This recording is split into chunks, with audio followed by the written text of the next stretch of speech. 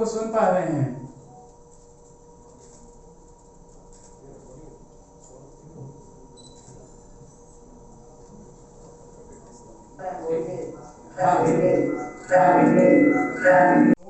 Multiple hemorrhages, all the neutrophil infiltration or what we call white blood cell infiltration. We also see fibrosis and totally destroyed lung cells. We also did the electron microscopic study which showed complete destruction of the alveolar cells. They are actually responsible for the gas exchange. Now, since he was on ICU for prolonged period, he had severe muscle weakness. So we had to do active physiotherapy. We used LATO 2 machine to strengthen his upper and lower limbs. This is the chest X-ray after the lung transplantation. You can see the clear lung fields. And of course, whenever you do a lung transplantation, we need to give immunosuppressants. So we followed our routine immunosuppressive agents. Now the question is, when to do lung transplantation in a COVID-19 patient? There are set guidelines. The patient should be less than 65 years of age. He should be fully conscious, and it's only one organ should be affected. All other organs should be functioning normally. So, Honorable Minister was suitable. He fulfilled all the criteria. Of course, there will be challenges while doing the lung transplantation because he was on ECMO. We need to give multiple blood transfusions. That will increase the antibody levels. So the chances of rejection may increase. And also chances of infection are more. Since he is on anticoagulation drugs, you can have coagulation abnormalities that may cause more bleeding during the surgery. And of course, you need to get a suitable lung at the appropriate time because ECMO cannot be continued for a very long period. So coming back to our own experience with the lung transplantations for COVID-19 infection, we have done so far 8 lung transplantations and 7 of the patients were on ECMO support before the lung transplantation. The mean duration of the ECMO was 29 days to 70 days. Recently we discharged a person who was on ECMO for 70 days, then had the बोलिए, कहिए।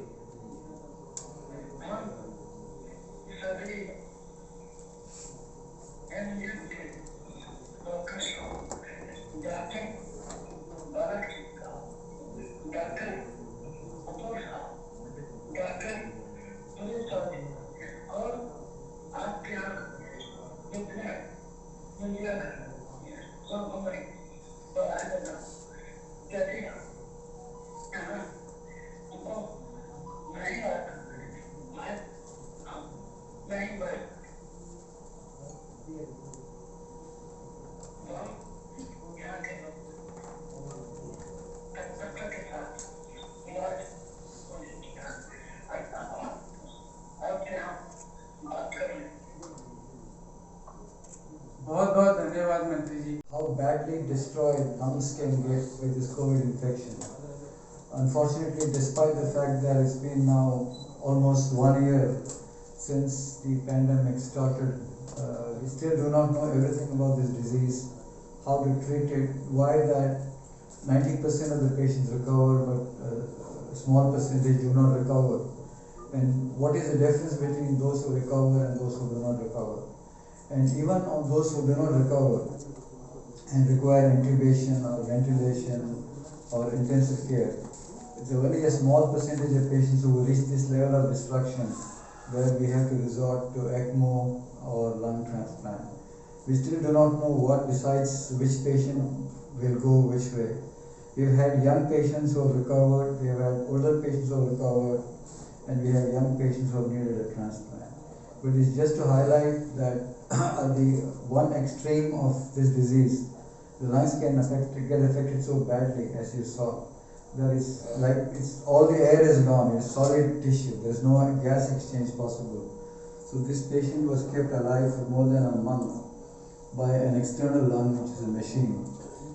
And because Tamil Nadu has such a excellent system of organ donation and distribution, he was fortunate, and he was airlifted to this state and this city, and fortunately he was able to get a good pair of lungs, and he's completely recovered, and he's going back. So the number of transplants worldwide for this condition is very few, and it's a matter of pride that within this आएगा कि अब आप बहुत जल्दी वापस जाने की स्थिति में आ गए हैं और बहुत जल्दी आप अपना मंत्रालय दोबारा से संभालेंगे, लोगों के बीच में वापस उपस्थित होंगे.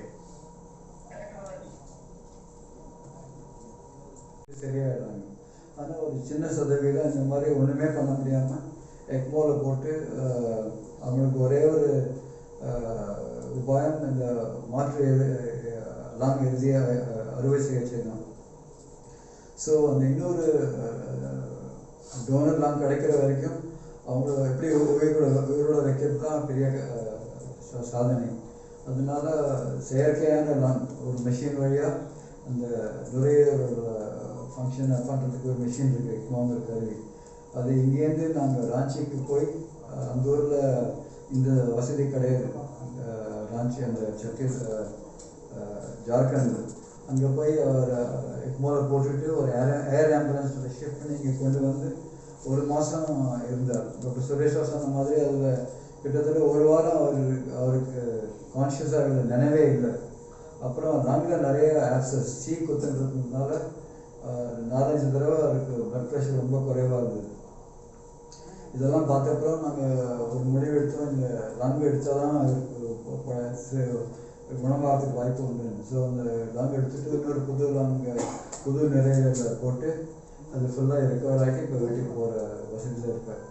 இந்த மாதிரி அறுவை சிகிச்சை மாற்று நுரையீரல் அறுவை சிகிச்சை உலகத்திலேயே ரொம்ப ரொம்ப குறைந்த நம்பரில் தான் பண்ணிருக்காங்க.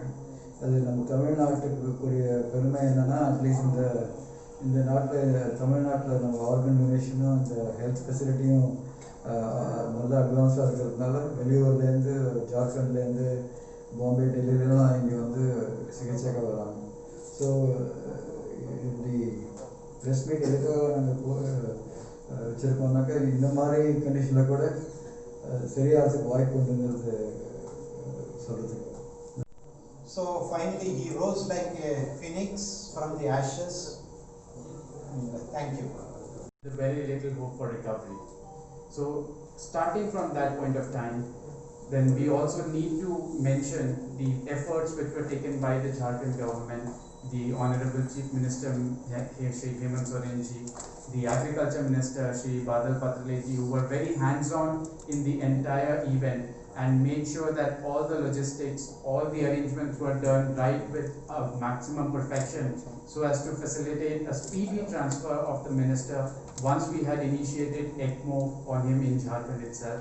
There was a seamless transfer to Chennai, and following which we all know that he was managed here in Ranchi at Medica Hospital that made the right decisions, who contacted us at the right point of time even before the minister was intubated. He was on BiPAP support, he was requiring high oxygen support, and that is the time when they, having heard from the media coverage of the first transplant that we had done for a COVID destroyed lung, the first of its kind in Asia and in our country, they had heard about it and they contacted us for help. So that treatment for patients affected from across the country. Thank you very much again. While serving the people of Jharkhand, initially he had fever, body ache, and they did the RT-PCR test for COVID, which was positive. And he was treated with medicines. But over a week's period, he became breathless. He had severe breathing difficulty. He was put on oxygen, then non-invasive ventilation, what we call BiPAP. But however, all these measures, his oxygen saturation became low. So the doctors treating him put him on ventilatory support. But in spite of putting him on ventilatory support, his oxygen saturation started coming down. That is the time the doctors treating him contacted MGM hospital. So Dr. Apar Jindal, our pulmonologist, went to Ranchi and assessed the minister, and he found him to be very critical. So he immediately alerted our ECMO team. So the ECMO team from MGM went to Ranchi and put the minister on veno-venous ECMO. Now what is veno-venous ECMO? Usually the impure blood or blood without oxygen will go to the lungs, gets its oxygen from the lung, and it is pumped back into the body. Since the lung was not functioning properly, so we drained venous blood out of the body. It was oxygenated by what is called oxygenator, or you can call it artificial lung. Then it is pumped back into the heart, so which in turn will pump the blood into the body. Again, he was COVID positive, so we have to airlift in an isolation pod. So he came to MGM hospital on ECMO support in an isolation pod in an air ambulance. So when he came here, his X-ray was white out, what we call white out. He was on ECMO, there was no oxygenation taking place by the lungs. And we also did the CT, which showed fibrosis of the lung, there was a lot of honeycombing of the lung, so it was a totally destroyed lung. So we continued the ECMO support for a month, and during first week of ECMO support, he was unconscious. He had several episodes of infection and also fall in blood pressure. However, we could manage him, and finally we decided to do a bilateral lung transplantation on him. And to his good luck, we got a suitable donor lung also. The bilateral lung transplantation was done on 10th of November by Dr. K.R. Balakrishnan and our team, and it was successful. So we could take off the ECMO on the operating table itself, because the transplanted lungs were functioning normally. So we shifted into ICU. The very next day we could take off the ventilator, and he started breathing spontaneously. So usually the lung transplantation is done with a transverse incision on the chest. So I request Dr. Apar Jindal to say a few words.